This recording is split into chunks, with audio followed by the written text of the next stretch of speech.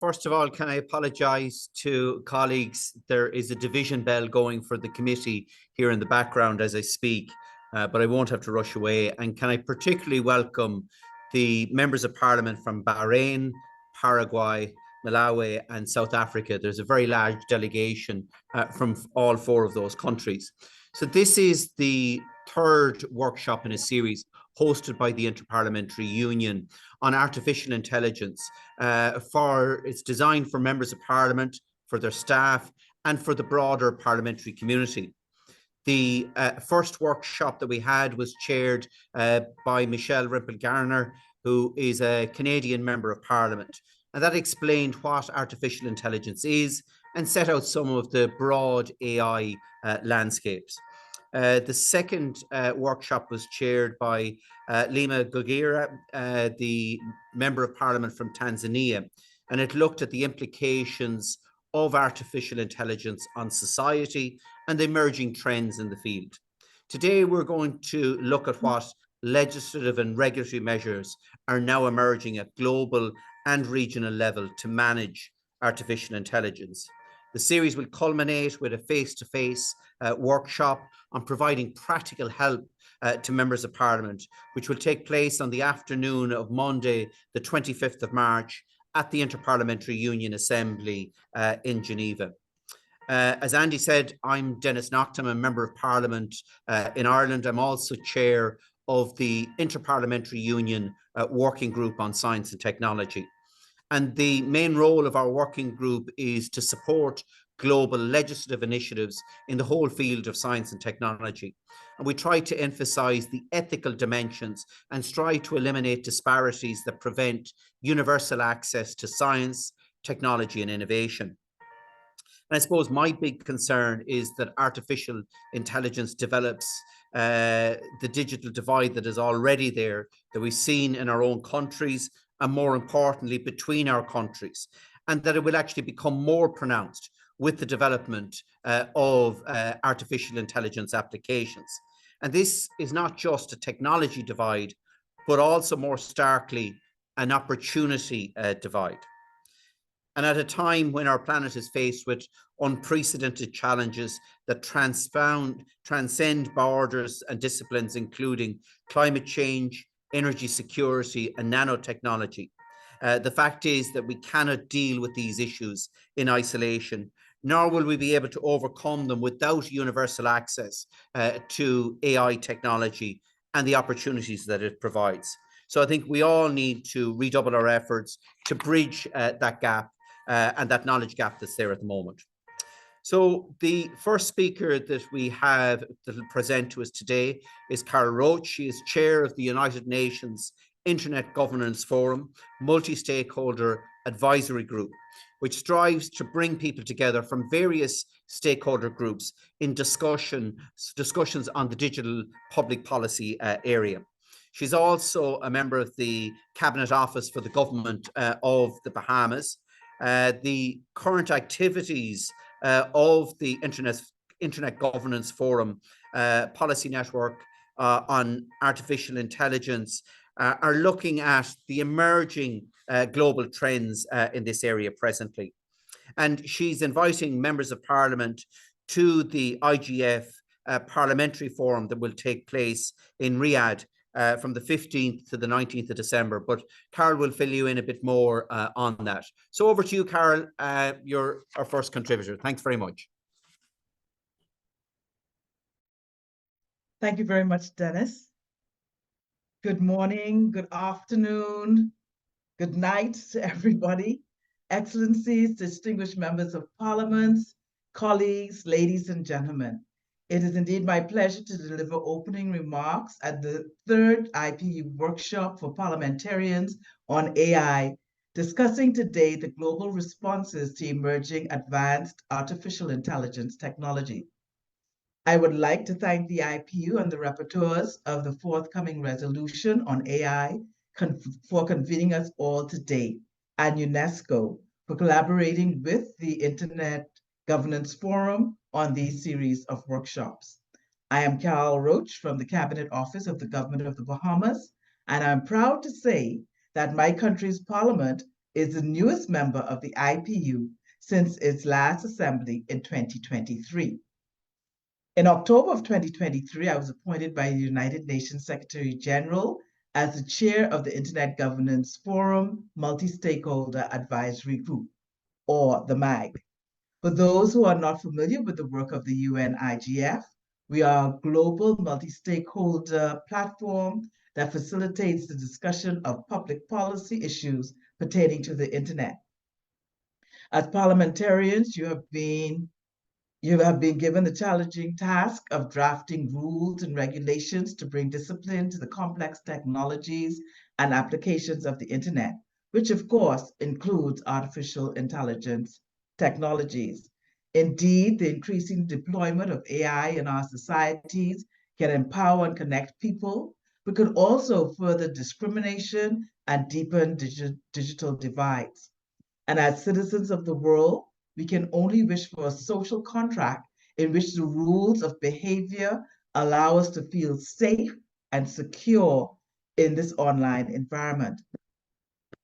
In order to achieve the objectives of the social contract, experts can help inform parliamentarians in drafting legislation to ensure that human dignity, trust, safety, and security, as well as privacy and accountability, are desirable outcomes of legislation, whilst not hampering or hindering innovation.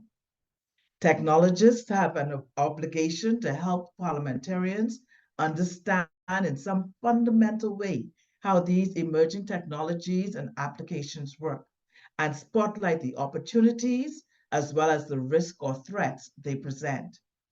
We should also focus on outcomes of legislations as the main concern is about how these systems are being used. What are the direct effects and side effects of the use of artificial intelligence? Are there harms we need to defend against? Those that threaten national security, local industries, and your constituents.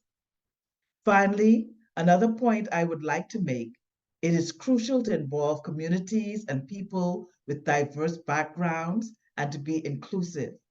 We can only realize AI's potential to benefit everyone through collective global efforts that draw on the wide range of views of policymakers, technologists, investors, businesses, civil society, and academia from all countries and regions.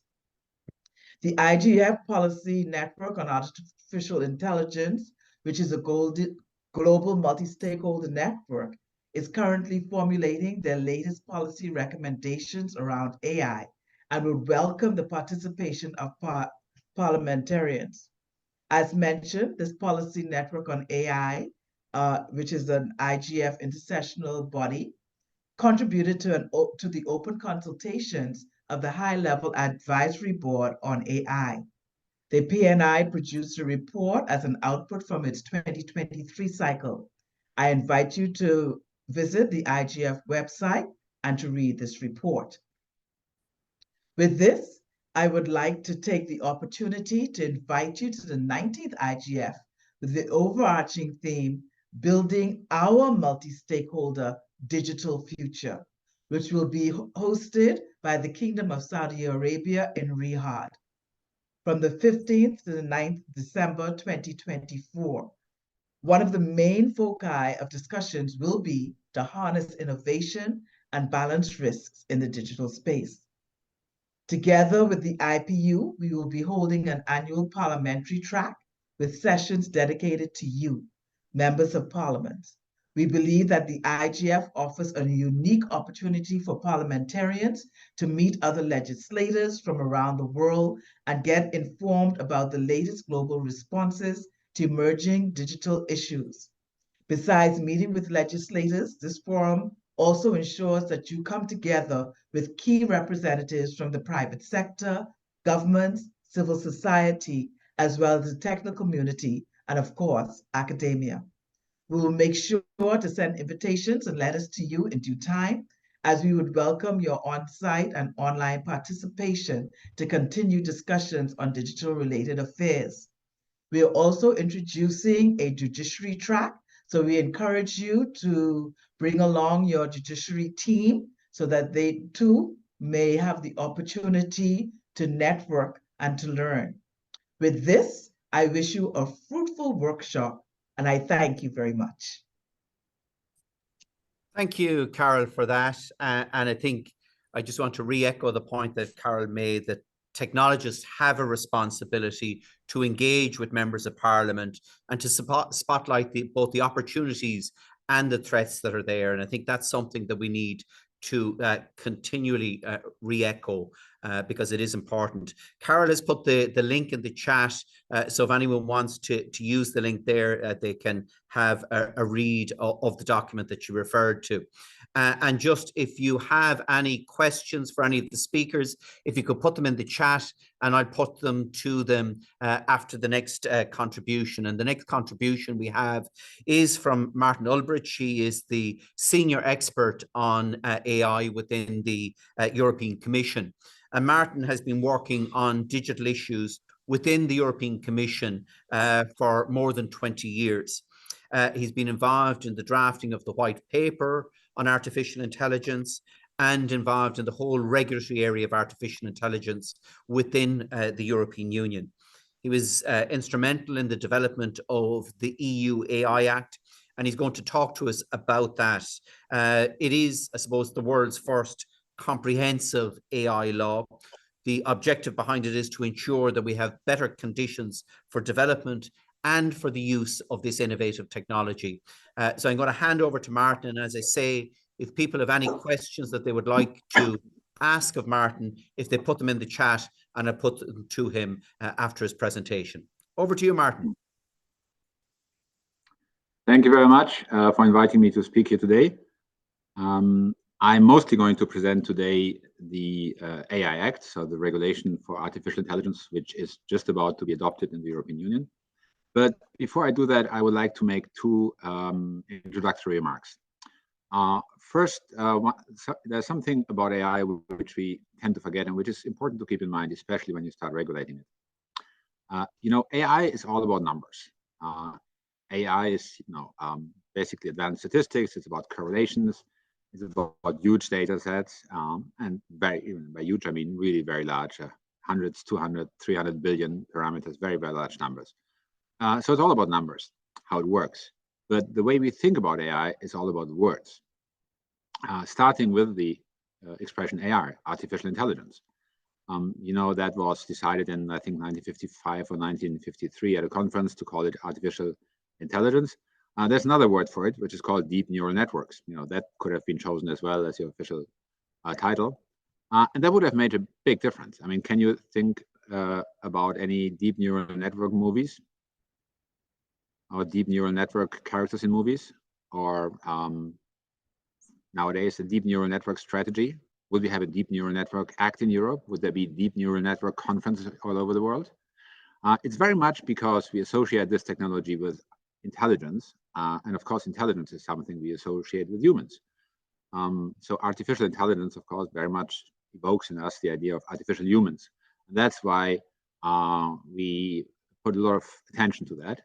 But it clouds our judgment when it actually comes to how to regulate this technology, I think.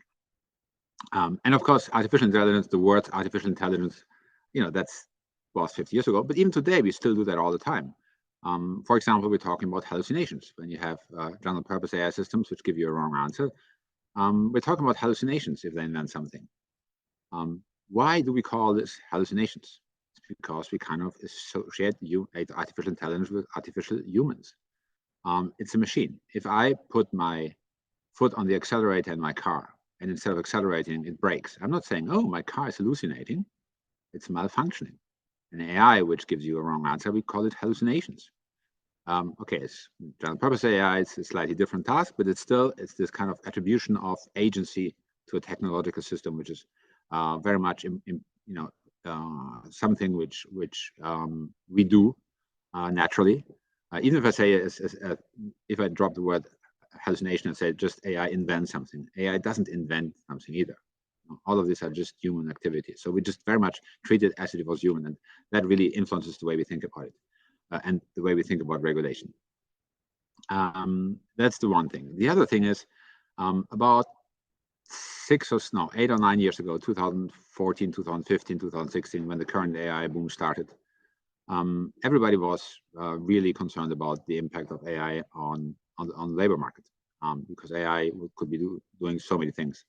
And one particular focus was the impact of AI and the self-driving cars, because by 2015, people were thinking there would be self-driving cars in large numbers on the roads by 2020. And that, of course, has large impact on the labor market. We told young people then, well, now by 2020, there won't be any lorry drivers anymore, or very few of them are taxi drivers. And now we're in 2024, 23, 24, and there's a number of countries where we don't have enough lorry drivers and not enough lorry and bus drivers, basically. Taxi drivers, it's not a problem because of Uber, but there are really not enough taxi and bus drivers, partly because we told these people in 2015, well, there are other reasons as well, aging of society, et cetera, but one of the reasons is because we told them, based on our, appreciation of what was going to happen, our forecasting of what was going to happen in AI, that there would be no job for them. So we have to be careful with these forecasts, which we think are, which we today think are realistic, but may not be the case in a few years' time. The reverse side of that was that in 2015, the one thing nobody, well, not nobody, but very few people thought about was general purpose AI, ChatGPT. Obviously, some people thought about it because that's when OpenAI was created and invested in. But if you go back to 2015 and you look at the business conference and the speeches, and including the politicians, everybody was talking about self-driving cars, other applications. Nobody was talking about general purpose technologies. So we got that wrong. It's not so rare. Very often people get forecasting wrong, but it's something we have to keep in mind when we're talking about AI and regulating AI. We have a bias towards attributing too much agency to it because of the words, and we have a bias of overestimating our own knowledge of the future. We tend to think that we know today already what's going to happen in 5 or 10 years' time in technology fields, and experience tells us that's not really what is the case. So with that initial remarks, the European Union is indeed the first country to have a proposal for artificial intelligence regulation in the world. We published the European Commission, which is kind of the executive branch in Europe. We published the proposal in 2021. And at the time, there was really nothing on which to base ourselves, which is very unusual. I mean, very often if you do regulation, you base yourself, well, what you do is you modify an existing regulation. You have a regulation already in place, and then you change something. You change a threshold, you increase a subsidy, you introduce an exception or something, which is modified. And if you don't have that, if you regulate a new topic, mostly you base yourself on examples. We in Europe tend to do that in that case on examples in our member states. So if you don't have anything at European level, we would look at maybe what the French are doing or the Italians. Or we look at regional level, so maybe somebody in Bavaria or Castilla-La Mancha has something. Or we look outside Europe if there's nothing in Europe. We look at, I don't know, any country outside Japan, US, Rwanda. You just look around. But in the case of AI in 2021, there was nothing. It's really totally nothing. There was no example anywhere on Earth how to regulate AI horizontally as a technology.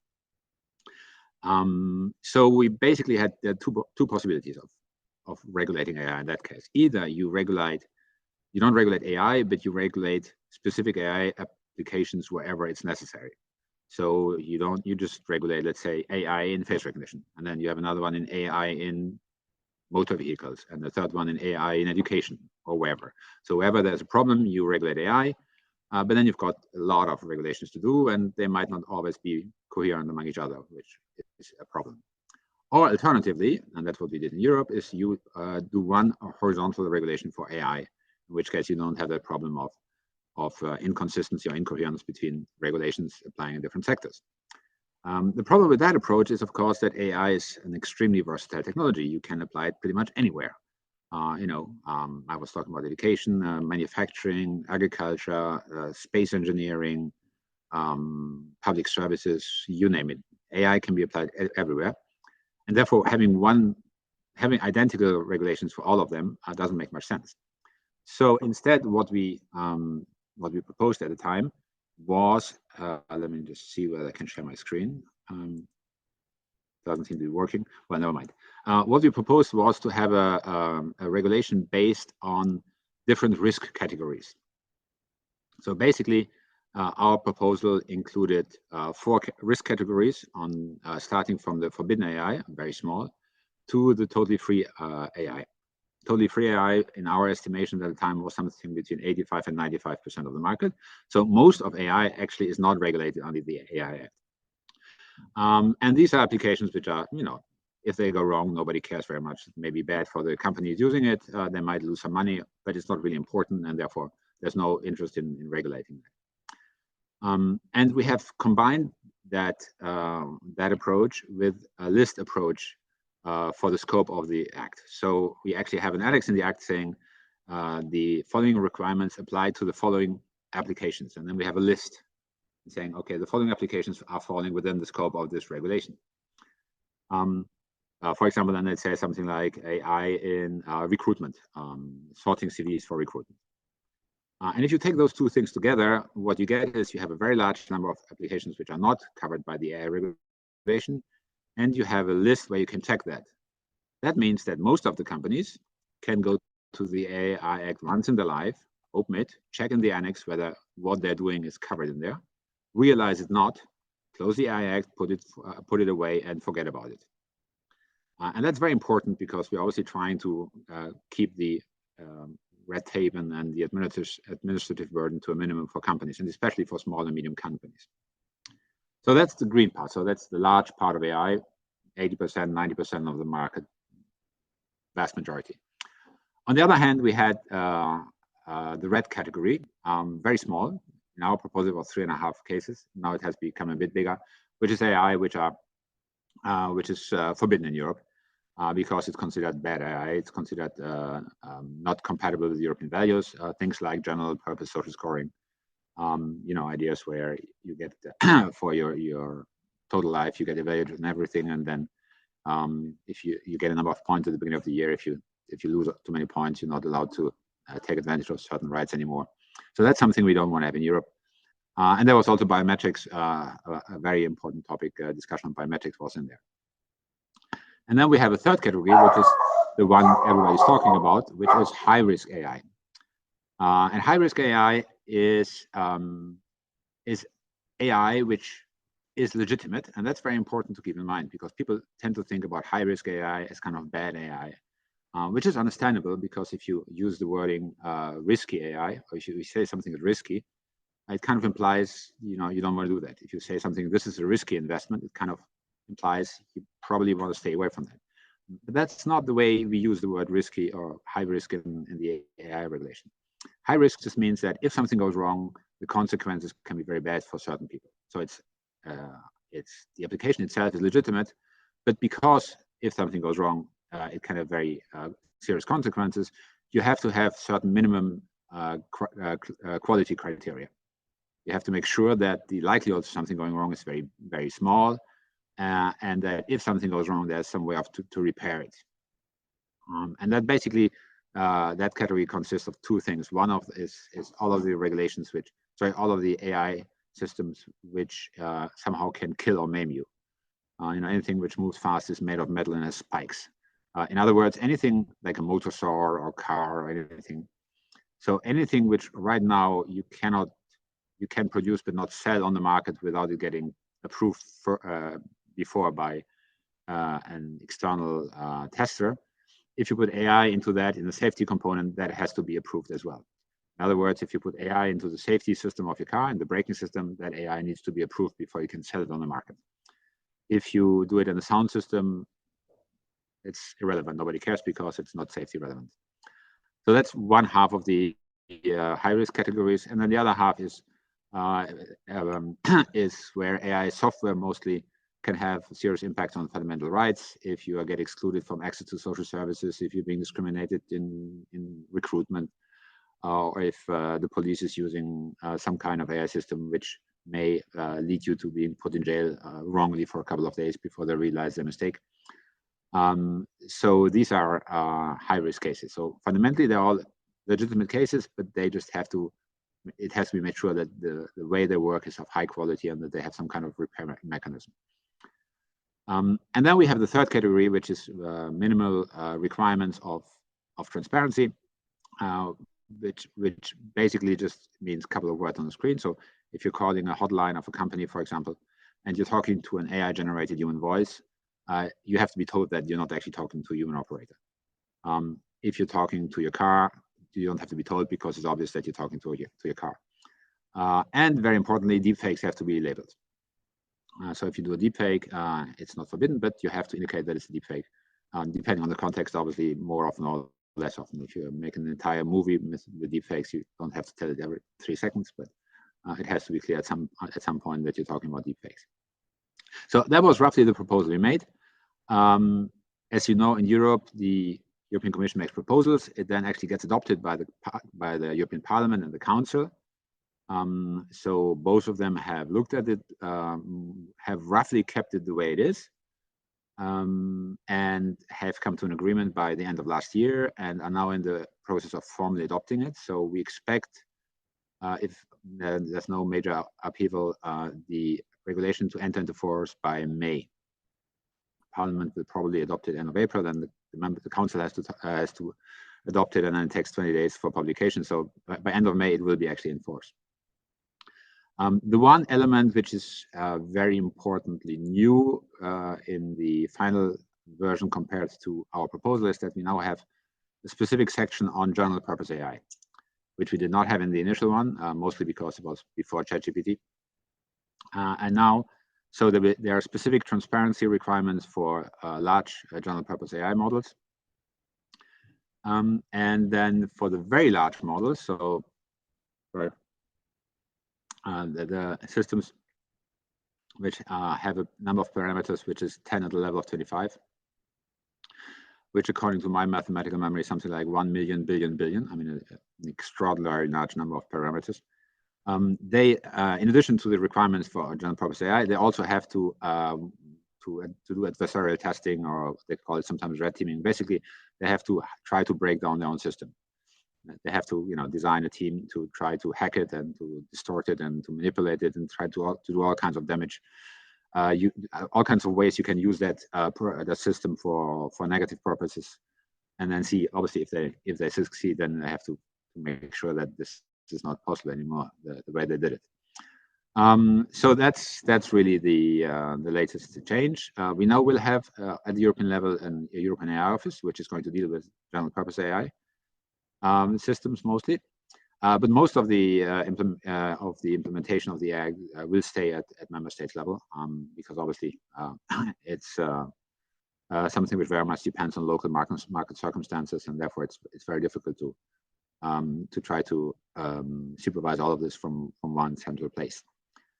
I think that's roughly how the AI Act works, but I'll be happy to answer any additional questions. Great, Martin. Thanks for that. I'm going to ask a broad question first of all. And you said in terms of the regulation that it's based on the different risk categories. It's related to a question that we have from Maha Abel Nasser. And the question is about AI regulation. How can we take into account what will happen, at least in the coming few years? And I think this is something that members of parliament are grappling with. How do you draft a piece of legislation today that actually preempts the technology that's coming in the future? You've touched on this, but considering that the audience we have is a global audience here, maybe if you could just elaborate on that point and the thinking in relation to the EU approach. Well, I mean, the short answer for that is you don't. I mean, it's impossible to legislate for technology which does not exist yet. But maybe let me back up a bit. The AI regulation in Europe is not yet in force. As I said, it's going to come into force. Well, it will be adopted officially, adopted by May. But then actually there's some transition period, so it actually will only be enforced depending on which part between end of this year and 2026. But But of course, if you do today AI, there's already plenty of legislation applicable. It's not like AI is existing outside a vacuum. In Europe, we have data protection regulation, general data protection regulation. We have the Unfair Commercial Practices Act. We have non-discrimination directives. I guess other countries have a different way of addressing these topics, but I'm fairly sure in other countries it's the same thing. It's not because it's AI that all the other applications, all of the other legislation doesn't apply. The purpose of the AI Act in Europe is not to create new rights for people. It's to ensure that those rights which citizens already have continue to be applicable in a context where some assumptions of traditional legislation don't work. Most of traditional legislation is based on the assumption that you can actually understand what's happening. You know, you can actually, there's something is there, and you can actually try to follow if A then B, if B then C, and there's a logical reasoning which you can follow. For example, the non-discrimination directives assume that you can actually that you actually know whether discrimination has taken place, that you can check in the documents or in the or some kind of other trace if something has been discriminated. AI, you don't know that. If you have a recruitment and somebody thinks he's discriminated, and he goes there and says, I've been discriminated, and then they turn to the company saying, well, you know, what can you tell us? We don't know. We don't know why this person was recruited and this other person was not. And if you have that situation and there's no documentation, then of course the previously existing right becomes inapplicable. So the purpose of the Act is not that much to create new rights, but rather to make sure that the old rights continue to be applicable. Now, in our case, we have had a proposal in 2021, which will then be fully applicable by 2026, so that's 5 years. But of course, we started drafting that in 2019, and we actually started thinking about it in 2018. So if you take the entire time between 2018 and 2026, sorry, 8 years, that's a long time in general. It's a very long time in digital technologies that move very fast, and it's basically an entire eternity in AI, where artificial intelligence 2018, you know, if you look at that today, it looks ridiculous compared to what you have today. So it's, you know, it's a huge, obviously it's a huge gap. Now, it's unavoidable, and that's what I meant with my short answer. It's unavoidable that a regulation will be late. By definition, we'll always be late. As you can't really regulate for something which doesn't exist yet. You know, usually what happens is a new technology comes along, then somebody realizes a problem, and then you start legislating. So by the time you start working, you're going to change. All we can try to do is become faster. I think we certainly will become faster because I mentioned at the beginning when we started this, there was no precedent. So we have made a proposal based on nothing. And we discussed that with the authorities in member states, which had no experience. Because nobody had worked on that, nobody had any experience, nobody could, you know, look back at precedents or whatever. There were actually nobody, you know, often there was nobody responsible for it. They first had to find who would be responsible to deal with it. Now, next time around, there will be a machinery in place, so it's going to be much faster. We also have some accelerated procedures, so that next time we can be a bit faster. But that gets me to the other point. When I say next time around, you know, there's going to be a next time. We now have a regulation which is good for today and may be good for 5 years. But I would be surprised if in 10 years' time we would still have the same regulation as we have today. If I may make a parallel with, let's say, the car industry. Now, the car industry, let's say in like 1920, there were plenty of cars already on the roads, but there was plenty of technology and plenty of development to go. And there was some regulation, but there was plenty of regulation to come because the technology was evolving and therefore more and more things were happening, and then regulation was following.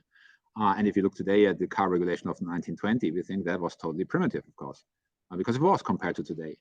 And in AI, I think we're roughly, you know, where the car industry was in 1920, or maybe 1925, or maybe, I don't know what exactly, but sometime in the early stages. We have plenty of AI in our technology already, especially compared to like 10 or 15 years ago, but we're still very much at the beginning. So AI will develop, the applications of AI will develop, the penetration of AI across the world will develop, and therefore the requirement for regulation will continue to grow. And in, you know, I think in 10 years' time, we will definitely have much more regulation of AI, and we will look back at today and you know, turn our heads and say, what were we thinking when we did that? But I think for today, what we have is, the best one can do for today, I think. Great. I'm going to group three questions together here because they're slightly related.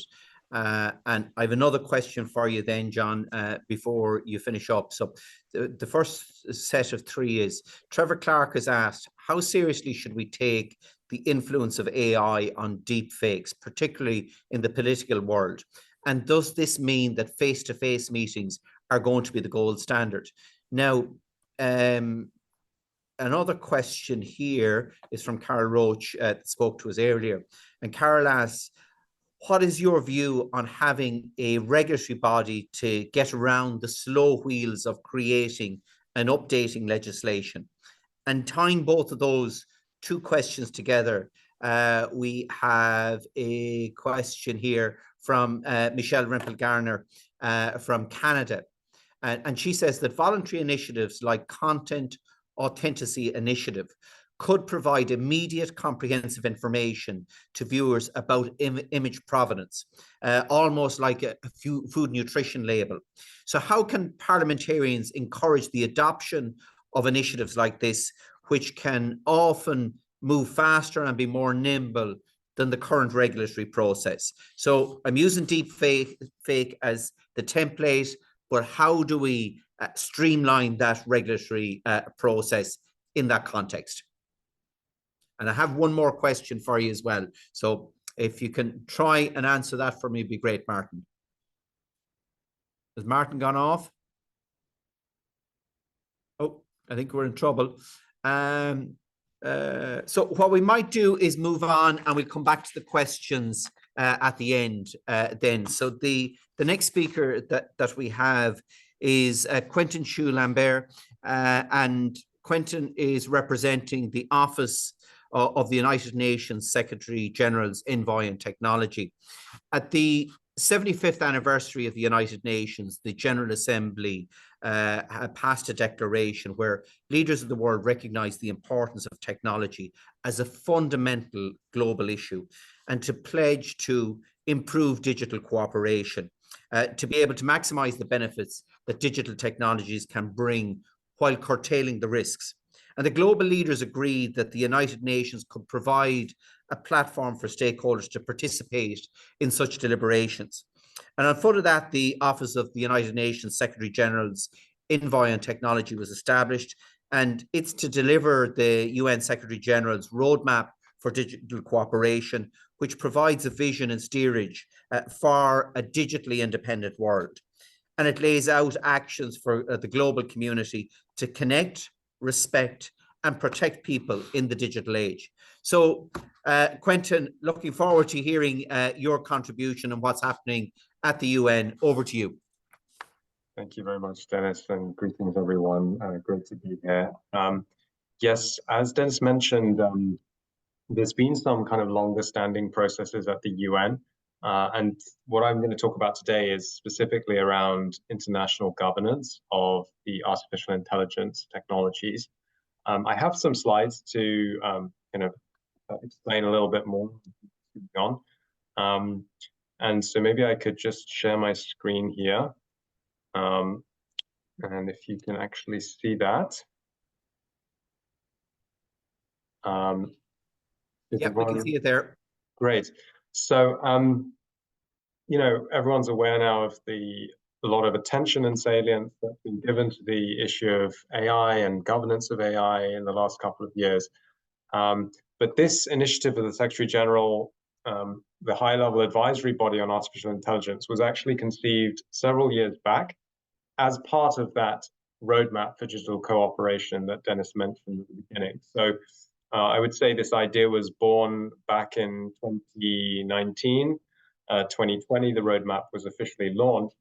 And then through the technical breakthroughs in AI, the topic started getting a lot more political attention. And last year, the Secretary General announced the formation of this advisory body. So just to say that this has had a slightly longer gestation period than some of the other initiatives that have been popping up recently. But the questions still arise, what's the reason for having such an advisory body at the global level, at the UN, and what is it actually doing. And hopefully these slides will give you as parliamentarians some sense of what this advisory body is about, how you could engage with it. So it's hearing some. Yeah, there's feedback there, Quintin, but I think Randy will sort it out for us. Okay. So far ahead. Thank you. Sure. So why is AI governance a global issue rather than just a regional national issue? Well, there are several reasons. One is that, kind of overall moral imperative to include the whole world's population, not just the subset of countries that have access to this technology. But also when we think about risks, they can pop up in any country. Models can get connected to the internet and scale up very rapidly from any jurisdiction. So if countries are interested, or if governments are interested in containing the risks of AI, they would need to look at the whole world, not just a subset of jurisdictions. And then, of course, from the commercial side, companies are very interested in having frictionless cross-border operations. So the interoperability of governance between jurisdictions is very important for those constituencies where they don't want to be running into different regulations in different countries. So there's actually quite a lot of reasons why a global approach could be value-adding in this sense. And so the UN Secretary General has convened this high-level advisory body on AI to analyze the situation and also make recommendations for international governance. It's a multi-stakeholder group, and it will engage and consult widely.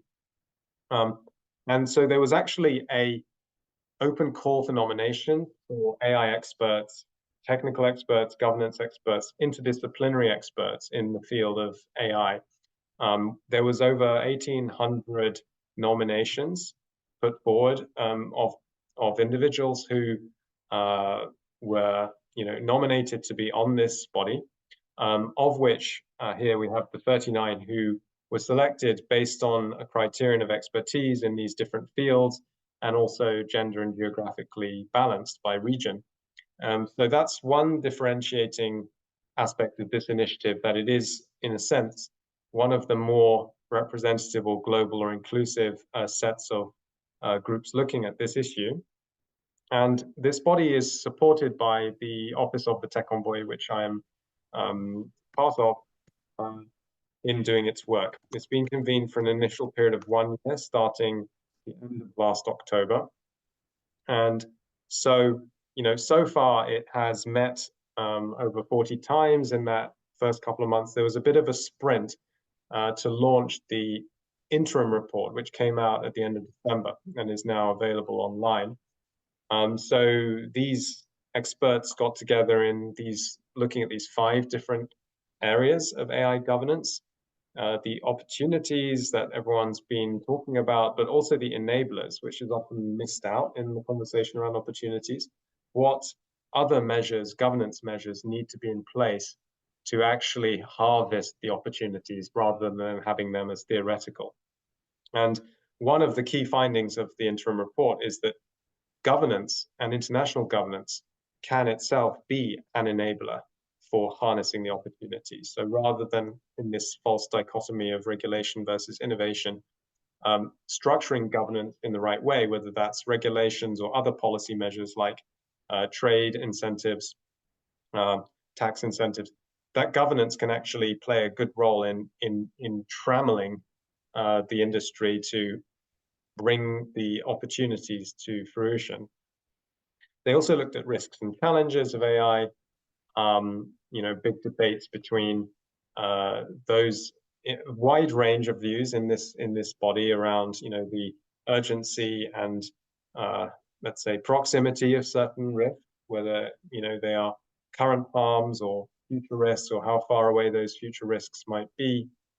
And then the issue of international governance in terms of interoperability between jurisdictions, alignment with international norms and values, such as the Universal Declaration of Human Rights, and what kind of institutions could help harness the benefits whilst containing the risks. So the interim report is now out. It was launched here at the end of December, and now we're in the kind of consultation phase, the outreach and engagement with stakeholders, where the floor is open to get, feedback on the interim report, which will then be taken into a final report to be released in the summer. Just a quick note on one of the other differentiators of this UN process, apart from the fact that it's, as I said, kind of gender and geographically balanced, it's also feeding into a overarching political process happening at the UN. Some of you may have heard about the Summit of the Future, which is scheduled for this General Assembly this September, where member states will be adopting a pact for the future, within which we expect there to be a global digital compact annexed to the pact. So this will be an intergovernmentally agreed compact at the leaders level. And it's a very rare kind of development. I don't think there's ever been a leaders level kind of forum negotiating a text specifically focused on this kind of digital technology. So this is a policy window where the AI advisory body's work and recommendations will be landing. And because of that, there's been heightened attention and momentum around this process, and a lot of member state diplomats in New York looking at the report, the interim report, and looking forward to the final report, which is informing their negotiations on this global digital compact, which will address the issue of AI governance. So in terms of the, a summary of what was in the interim report, it looks at the issue of global governance and identifies a deficit of governance on AI internationally, discusses those risks and challenges, opportunities, enablers, and then looks at what kind of institutional principles and design principles and functions could help address these gaps, address the risks, and harness the opportunities and promote the enablers. And there are 5 guiding principles which cover various areas, including data governance, being in lockstep with AI governance, including alignment with international norms and principles. And then there are some institutional functions, and this is a kind of gradated series of institutional functions to address various different aspects of the governance challenge. So these range from more of a kind of scientific assessment and planning function to identify risks, kind of lighthouse image, to an enabling function to pool resources, talent, compute data to allow countries who don't yet have access to those resources to benefit from this technology, to the more intrusive kind of monitoring and compliance functions that one might associate with some of the arms control mechanisms in the UN machinery. And the idea here was to start the conversation, not to propose that any of these functions or subset of them are more, more important than others, but rather to put them on the table and see what the response is. And that's where we're at now. So, these are some of the principles, some of the functions. And now we're in the engagement and outreach phase where there's various events happening where feedback is being collected. So if you are interested in engaging further, there is actually an open feedback form on the website where you can also find the report itself, also translated into French. And in any kind of other events that you might be attending, the AI advisory body members will be popping up or have been popping up and will continue to pop up in various different fora and running side events, panels, engagement sessions where they'll be, explaining in more detail some of the findings and trying to get feedback. So I will pause there and maybe turn it back over to you, Denis. Thanks very much, Quintin, and thanks for setting out what's happening at global level in relation to this. I think we have Martin back online, so I'm going to go back to that question and I'll come back to you, Quintin, then. Can I ask people if they have questions to ask either Martin or Quintin if they would put them into the chat, and we can read those out. So just to come back, and I'll ask the question again, if we have Martin there, have we? Yeah, I'm sorry about that. I don't know. Oh, great. We have you, Martin. So Trevor Clark was asking, how serious should we take the influence of AI on deep fakes, particularly in the political world? And does this mean that face-to-face meetings are the gold standard? Now, there are two other related questions that I'm going to put to you. The first one here is from Carol Roach that's presented earlier, and she said, what is your view on having a regulatory body to get around the slow wheels of creating or updating legislation? And related to both of those then is Michelle Rempel question, which is voluntary initiatives like content authenticity initiatives could provide immediate and comprehensive information to viewers about image provenance, like a nutrition label on food. So how could parliaments encourage the adoption of initiatives like this, which can often move faster and more nimbly than the regulatory process? So using deepfake as a template, how could we use initiatives there or other initiatives to move quicker in terms of the regulatory agenda rather than waiting for legislation? And I have another question, as I say, that I'd like to put to you afterwards, Martin. So if you could come in on that one.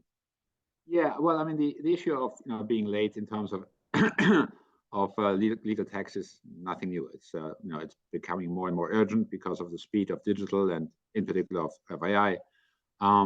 But even in traditional industries, you always have a legislation, and then it takes a couple of years. In the meantime, things change. That's why typically regulatory authorities have some kind of discretionary power, which allows them to adopt regulation. They can't totally change them, but they can kind of modify them a bit to make sure that something which was not maybe specifically foreseen, which can be with the right interpretation be covered by something. So there is some kind of margin of maneuver. That's always the case. It's nothing new, and that's something which is also going to happen, I think, in terms of AI. The deepfakes, of course, are a whole debate in itself. I would like to talk about them. Have you got 3 weeks for me to speak? No. It's utterly fascinating because, of course, as long as humans have existed, seeing something happening was the ultimate proof of truth. If you saw something, then you knew it was true. And if you, over the last 100 years, saw pictures of this happening, then that was true. And that settled the question. You saw a video of somebody shooting somebody else, and the process was over, and everybody accepted that was definitely proof. And if that's not the case anymore, then of course there are really two possibilities. I mean, that's my personal opinion. I'm not talking I'm speculating here, but there are really two possibilities. Either we manage one way or another to re-establish that with accreditation systems, certification systems, labeling, watermarking, or whatever. How exactly that's going to work, I don't know yet. There are various ideas around, or it doesn't work. And if it doesn't work, then we might actually go back. Well, maybe not. Well, if you look at history, like 100 years ago, most of the political debates were actually done on local level. You would have local deputies. I mean, that's where the system comes from. You had people in a certain area, and they would then give their speeches on the marketplace and debate with their opponents, and then they would come to the parliament. And because of television, that has become much more centralized over the last 100 years. Nowadays, you basically only watch the leaders, national leaders, which previously you wouldn't have seen in your life. But now you can see them every day on TV, and therefore your local deputy isn't that important anymore. And if you don't manage to safeguard the kind of the truth level of video, so if you don't manage to safeguard the fact that you can actually rely on certain images as this being true, it's quite possible that we see at least a partial reversal of that, and where maybe face-to-face is not the gold standard, but it's becoming much more important in terms of credibility than it is now. But that's really it's very, very difficult to foresee about that. I mean, I'm working on regulating. I'm not a technology evangelist. I'm not working in Silicon Valley. If I knew that question, I would probably be a billionaire. That's only my personal grain of salt. Thanks for that, Martin. Now, I've one question for you and then one question for both you and Quintin. So the first question is, what will the EU AI Act mean for both member states, but also what will it mean for non-EU member states? And I suppose particularly in terms of the whole EU-Africa efforts, what does this entail for AI? And then a question for both of you. It comes from John Carey, and I'm going to put it to both Martin and Quintin, and that is, other than the EU, are there examples that you could point us to of jurisdictions that have developed any policy or legislation that would protect cultural knowledge that is not necessarily recorded in alphanumerical terms? Or does Africa stand to lose out yet again in the fourth industrial revolution data race owing to historical and traditional oral transmission of knowledge from one generation to another without the alphanumerical records like books or written texts or numbers? So I'll go to you first, Martin, and then to Quintin. Well, the AI Act applies to anything which is sold in Europe. So if you are producing, well, we call it putting on the market because it's also if you develop it yourself, but basically anything which is sold in Europe. So obviously, any producer of AI systems, developer of AI systems across the world, if they want to sell in Europe, is concerned. Because then they would, if they actually want to sell or market their service in Europe, then they have to follow the European rules. So in that respect, it's very much like the GDPR or any other kind of standard regulation. If you want to sell it in Europe, you have to follow European rules, and that therefore implies that for a number of exporting countries that may be very important, and that's nothing special about AI. Now. The overall impact on cultural is very, very difficult to predict. I'm pretty sure that if we go back in time, which is it's not the first time today I use that image, but if you go back in time and ask people what would happen, in the 1990s about the internet, what kind of impact that would have, nobody would have predicted what we have today. And the same thing with the car industry or any kind of technology. Forecasting. I remember once somebody said, well, when they invented the air conditioning, nobody thought that the main people profiting from the industry would be landowners in Florida. There's many swings and roundabouts in the way these things work out. So honestly, I would be very reluctant to give any forecast about that today. Quintin, an easy question for you there. Thank you. Maybe on the EU-Africa question, I can kind of take a step back and think of that in the context of global developments, because the cliche is that in fields like AI, the US provides the software, Asia provides the chips, and then Europe provides many of the consumers, and therefore the EU AI Act kind of regulates access from external companies, access to the EU market and making money in the European Union. But if we look, take a step back and look at the next few years and look at IMF growth forecasts by region, we find that actually a lot of the predicted growth is not happening in either North America or in Europe, which are clocking, between 1% and 2% GDP growth for the next 5 years per annum, but rather in places like emerging Asia, which is predicted to be at around 4%, Latin America 3%, and Africa, which is actually predicted to grow at around 4% on average. And not only are those kind of what they call global majority countries projected to grow at a faster rate overall, they are also those parts of the world which are less digitally saturated. Many of them don't even yet have 100% internet connectivity, which itself is an issue, but will come with growth in time, and obviously are not yet saturated with digital services. So when companies in richer countries look at global markets, they're thinking about where's our growth going to come from in the next few years. And they're increasingly recognizing that a lot of the growth and a lot of the data, which is the thing that is often being monetized by these industries, is going to come from places like emerging Asia, Africa, and Latin America. And the reason I bring this up in the context of the EU-Africa issue in the global context is because this is a key moment now for countries who aren't there yet in terms of internet connectivity, who aren't there yet in terms of market development for digital, to think about how they can, take this this future and turn it into something that's going to benefit their own populations. So this is one of the key things that the enablers of AI opportunities will play a role. So maybe we'll be in a future where, yes, some of the software will be coming out of places like the US. The chips may be coming from other countries, but a lot of the consumers and a lot of the data will be in these other countries. And how can these other countries get together and profit from that? And that's why the Global Digital Compact is an important moment for all countries, 193 member states, to negotiate the terms under which companies who are outside of their jurisdictions can access their consumers, their data, I say their in quote marks, but data originating from inside of their jurisdictions, so that they don't get ripped off.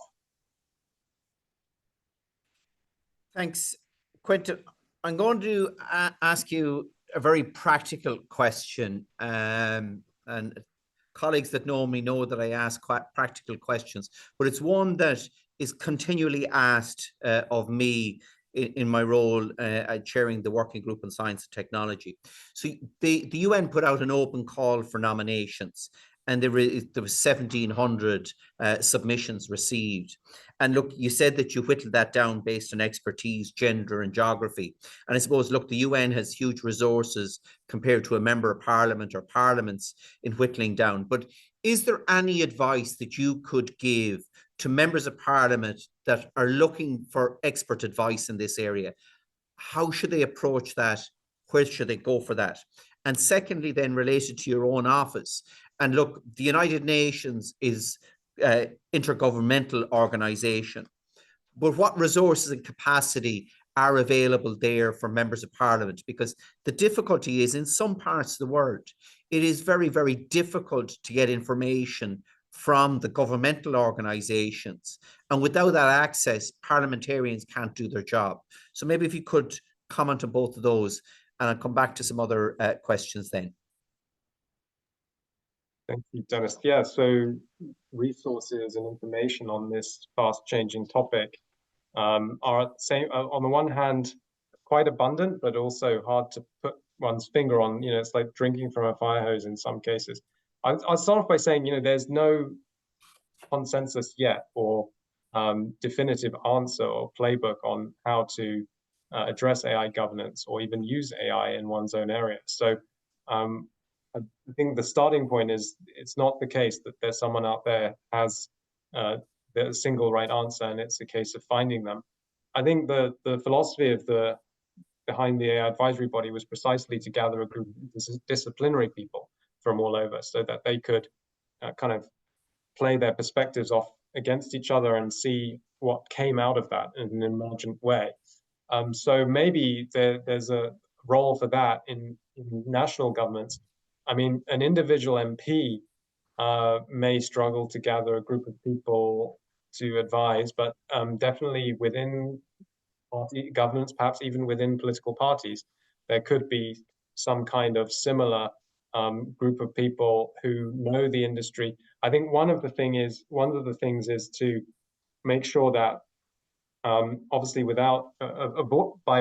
whilst avoiding regulatory capture, making sure that the expertise is multi-stakeholder as well as multidisciplinary. So, we have people from academia, civil society, and government and industry in the advisory body. And also, one thing that's coming out is the importance of looking at how AI interacts with different sectors of the economy in different countries. So it may play a certain role in, analyzing health data versus analyzing data coming out of agriculture. And depending on the country and the state of development, one or either of those sectors might be more important. So I think fitting the relevant set of expertise to the country context is the starting point, but making sure to cover off the different perspectives in terms of stakeholder groups.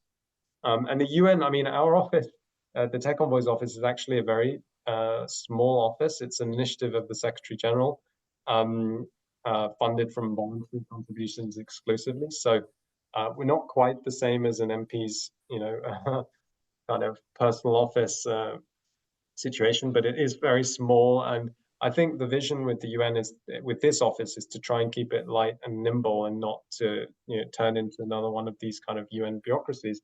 But if there is interest in connecting with members of the advisory body on specific issues, we have been fielding requests from different parties, who want to bring these people. Obviously, the calendars are very crowded, but opportunities to speak on certain issues. Great. Well, thank you for that. Now, the next question is from Honourable Safari, who's a member of Parliament in the Democratic Republic of Congo. And they've asked the question, this is for Carol, sorry, if you can turn on your camera there, Carol. I appreciate the fact that Carol specified that all AI is based on human-generated data and should somehow serve humanity. But what about generative AI and the possibility that AI gives results based on source data that will have been generated itself and therefore not of human origin? How can we legislate to guarantee AI in the service of humanity? So, Carol, could you maybe address that specific question? Can you hear me, Carol? Maybe when we're waiting for Carol to come. Sorry, I forgot my mic. Yes, can you hear me great. now? I can hear you now, yes. Right. It's a loaded question, and it's a matter of balance. AI is not all bad. We have bad actors. And AI is it could be a tool. So you don't want to over-regulate. So let's look at the health industry. There are so many positives with regards to AI. But then again, you have on the other side, if you're training these AI systems on existing human personal medical information, where do you draw the line? So it's going to be quite a challenge, and there's no quick fix. However, we have to start. We just can't wait. The reason why I'd asked the question earlier with regards to using or forming a regulatory body is that the technology is just changing fast. And legislation is just slow. It's just not agile enough. So it's a tricky balance. And the parliamentarians and the judicial bodies need to keep in mind the human part, your constituents, their dignity, their privacy. That's my input, and I hope it answered your question. Thanks, Carol, for that. Now, I have a question from Michelle Rempel Garner, and I'm actually going to ask her to come on camera rather than me relaying this, because Michelle is one of the rapporteurs who will be very busy at the Assembly in a couple of weeks' time. So, Michelle, can you come on and put your question rather than me putting it? Sure. Intellectual property ownership in a lot of contexts can be a global issue. We have global bodies that do manage certain intellectual property issues right now. For example, the World Intellectual Property Organization, different patent regulatory boards.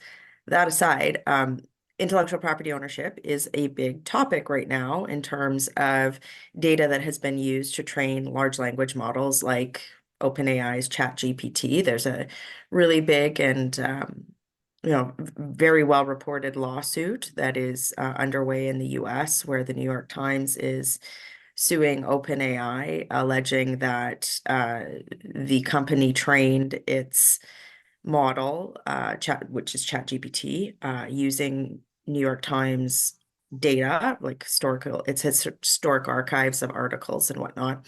So I guess the question would be, in your experiences and looking at, either the EU regulatory system or the work that the UN Tech Envoy is doing, or the work that the Internet Governance Forum is looking at, how should or shouldn't intellectual property ownership laws and systems be updated in light of the deployment of LLMs? And I'll just close with sort of an example that is coming up in Canada, for example. We have a lot of our, let's say, musician, like their lobby groups, content creators are saying, look, this is my content. I have created this and now it's being used without a licensing agreement. I should derive some value from that. On the other hand, you have the tech community saying, no, no, no, no, no. This is our proprietary technology. The intellectual property and the benefit that it drives is ours. What's the role of Parliament in there, and what's happening right now, and how should we be looking at this with both an eye to capture that value and protect rights, on the other hand, to not stifle innovation? Now, an easy question. Don't all rush at once in relation to this one. Maybe I should start. There's, of course, always a question whether the problem is legislation or it's the implementation. In Europe, we have a new directive, or well, not totally new anymore, but it's called the I don't know, it's the text and data mining exceptions in the, I think it's probably in the copyright directive. Anyway, we have a new rule which actually makes sure that your content can be used for text and data mining, but if you don't want this, then you can actually label it in such a way and then it may not be used anymore. It's still fairly new, so it's still in its kind of ramping up phase, so it may not be working yet perfectly. And there may be certainly, and probably is actually, an issue with the actual implementation, which gets me a bit back to the overall story I was talking about, the AI Act. The AI Act is not really there to create new rights; it's there to make sure that those rights you had before continue to be existing.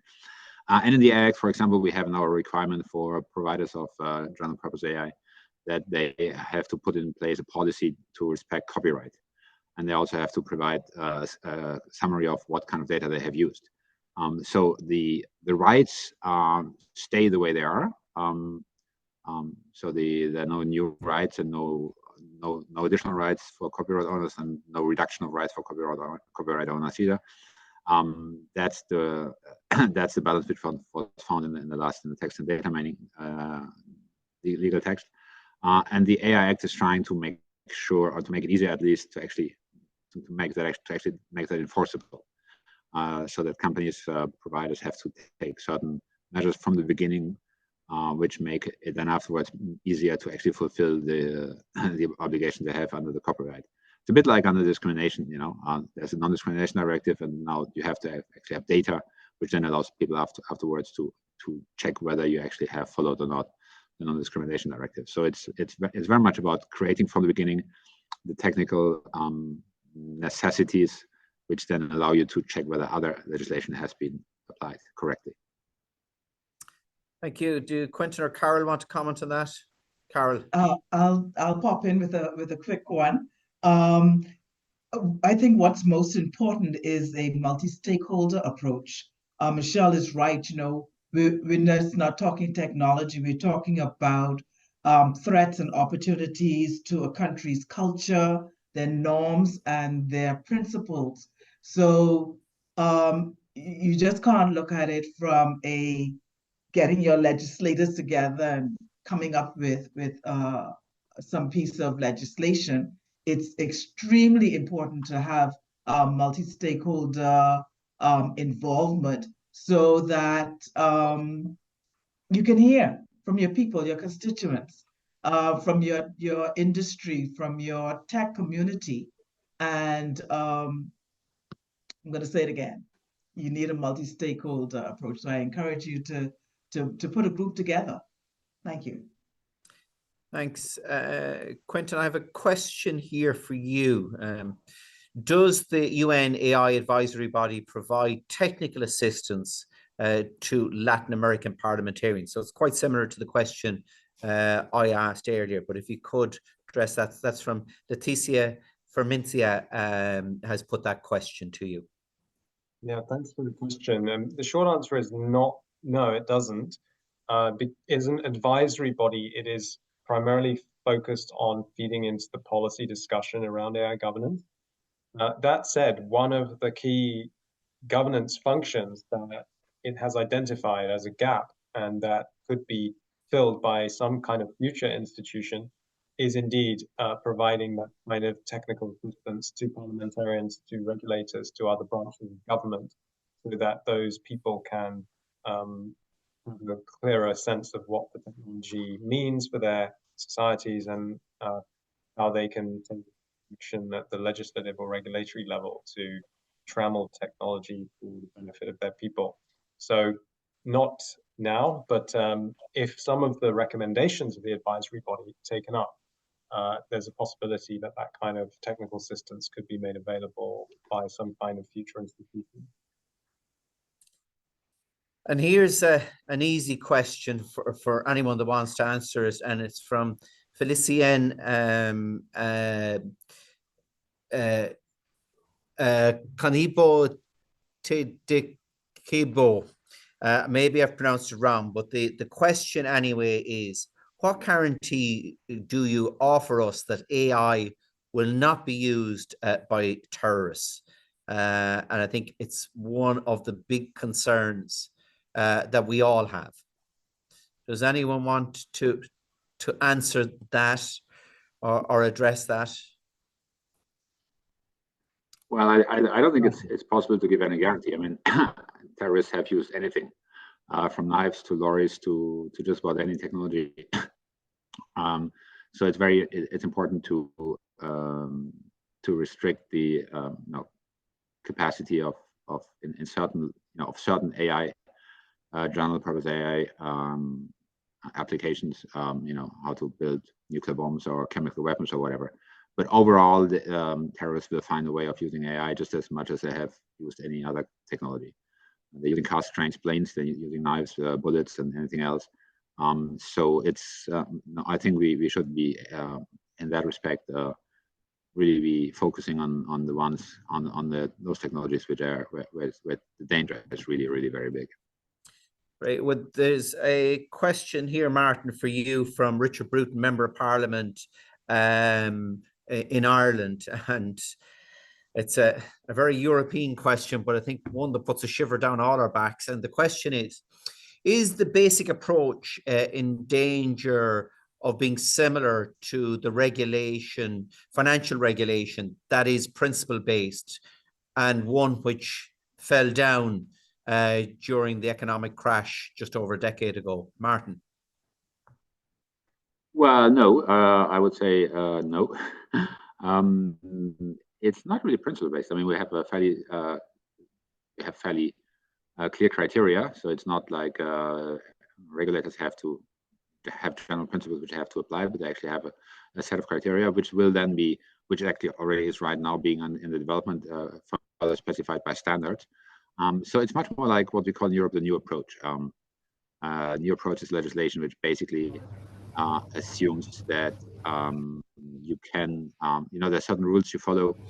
Most companies will use standards, but they can prove that they have fulfilled the requirement otherwise, even if they don't use the standards. So there's a certain openness. It's not totally foreclosed to take other alternatives, but if you actually use things which are not generally accepted as standards, then you have to prove that your measures are equivalent to what the standards do. That's roughly how the new approach of works in Europe, and this is something we've had for 30 years in all kinds of product directives, whatever you sell in Europe. So no, it's not really principles based. It's true that the requirements, the 5 requirements we have in the AI Act right now are still fairly general, but they're not really principles, and there will be much more detailed with this new approach, with a standards plus possibility to prove otherwise approach. Great. Look, we've had loads of questions there now, and we could continue on in relation to that. The questions in the chat will be used by the two rapporteurs who I'll talk to in a minute in terms of drafting their resolution for the Inter-Parliamentary Union. But can I thank Carol, Martin and Quintin for your contributions and for your answering a lot of the questions that have been put in, and thank members for the questions that they have put in. Can I encourage members of Parliament, they will get a feedback form on the email after today's event. I'd really appreciate it if you could respond to those particular forum questions that are put to you. Now, as I said, this is all feeding into the assembly, the IPU assembly, which will take place in Geneva later this month. And the objective behind these three workshops is to inform an IPU resolution on the impact of artificial intelligence on democracy, human rights, and the rule of law. And the resolution will be debated at the Assembly. There are two very able rapporteurs that have been appointed for that. They're the two chairs of the previous meetings, Michelle and Neema. And maybe you might come online briefly and just introduce the discussion that will take place in Geneva in a couple of weeks' time. And both Michelle and Neema would be really anxious to get any feedback, suggestions or ideas that members have. So maybe Michelle, Neema, either of the two of you want to comment there. We'll leave it to you, Neema. You are by far the most colourful online today, so maybe we'd like to hear from you. Thank you very much. First of all, special thanks to the IPU president, Dr. Tulia Ackson, for having been with us and being very supportive throughout this process. Special thanks to Michelle, my co-rapporteur, for holding my hand on this great mission of ours. And thank you, Denis, and everyone who has made it possible so far, UNESCO, IGF, and all the different speakers. Basically, it has been a huge learning experience also for myself. And I think it was a really strategic decision to decide that we should have these workshops so that we can be more enriched and empowered on how to develop the resolution. So lots of work ahead, but bottom line is there is a clear need for more engagement of parliamentarians. There is a clear need of more engagement, involvement of different parts of the world, because we can see at the moment that the global north is well advanced, whereas us in the global south are nowhere near that same level. And perhaps, I would like to ask those from the global north who are part of these discussions to find ways in which we can come up to the level of having minimum global AI acceptable behavior. Because, these AI and tech companies behave very well in the global north, but they take advantage of our lack of regulatory frameworks in the global south. I think I can end there and let Michelle say some more, but we're very excited, and thank you everybody for being with us throughout this journey. Thank you. That's great. Michelle, if you want to briefly say something, because I think we're waiting for the president to come online. Absolutely. And Neema, they don't behave that well in the global north either. I'm sure there's a lot of colleagues that would be nodding their head to that. Colleagues, just to build on what my amazing co-rapporteur Neema said today, as well as Denis, for those of you who are listening to this call to build your own capacity on knowledge for artificial intelligence, if you're participating in debates around regulatory processes, or broader topics where artificial intelligence is touching different parts of your domestic policy making process, I would encourage you to get in touch with your Inter-Parliamentary Union delegations that are appointed within your parliaments, because as Denis said, there will be a very important debate in Geneva at the end of this month, which will be a core part of forming the Inter-Parliamentary Union's this resolution that Denis mentioned on the impact of AI on human rights and democracy. So for those of you who might not be familiar with this process, I encourage you to get in touch with your delegation. In Canada, it's been a very collaborative, multi-partisan effort, and I do have Canadian colleagues on here from all different political parties. I do encourage you to participate in that. As Neema mentioned, myself and her are co-rapporteurs. We also have representatives from the Inter-Parliamentary Union. A special shout out to Andy Richardson, who has been doing a lot of heavy lift on this particular topic, as well as Denis Naughten, who chairs the IPU's working group on science and technology. All that to say is you do have resources. Please feel free to reach out to any of us if you'd like to be connected into this process, or if you'd like to draw on some of the expertise that we have been trying to develop to build parliamentary capacity on this decision-making process, which was so ably outlined again by the Internet Governance Forum. There's so many groups around the world who are trying to do this exactly for us to provide those resources. So please get involved ahead of this debate at the end of March. And again, thank you to everybody who's involved today, as well as special thanks to all of the presenters for taking time to enlighten us. And I'll thanks, Michelle. see that our president is here. Our president, Honourable Dr. Tulia Ackson, the president of the Inter-Parliamentary Union, is going to give the closing remarks. She's the Speaker of the National Parliament of Tanzania. So, Dr. Tulia, over to you. You're on mute. Now we have you. Okay, good, thank you. So, dear esteemed colleagues, dear parliamentarians, distinguished guests, it is a great honor to witness the third session of the Artificial Intelligence workshop coming to an end with vivid positive impacts on the participants. I would like to thank the rapporteurs of the IPU resolution on the impact of AI on democracy, human rights, and the rule of law. Ms. Michelle Rempel Garner from Canada, thank you so much for the good work that you have put into all this. But also Ms. Neema Lugangira from Tanzania, thank you so much for the good work and all the efforts you have put into this. You have worked closely with Denis Naughten from Ireland. Thank you so much. All of you for your initiative to put together this series of online capacity building workshops. I think we can agree that the workshops have provided us with an excellent overview of the current status of artificial intelligence. The experts have also outlined the scale of the challenge that we as parliamentarians must try to address. It is a big challenge and perhaps a big opportunity for regional and international cooperation. Parliaments are rarely called upon to take action in an area where there is very little existing legislation or precedent. Yet, that is where we are today. We need to create a regulatory framework for AI almost from the scratch, even as the technology continues evolving very fast.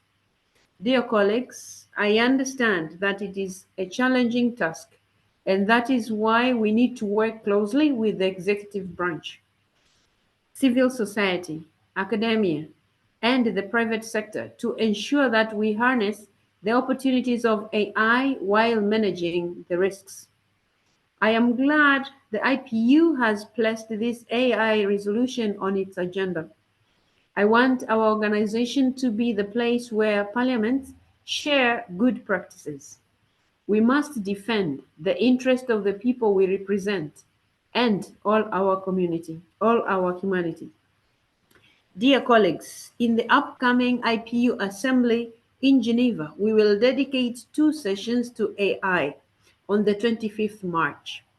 The first will start with a preparatory debate in the Standing Committee on Democracy and Human Rights, which will give parliamentarians from every country the opportunity to provide information about what is being done in their country and to make suggestions for the content of the resolution.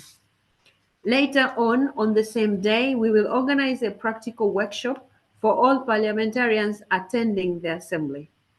With the help of the rapporteurs and partners, the IPU will work through the practical steps of developing legislation on AI and holding governments accountable for their actions in this area.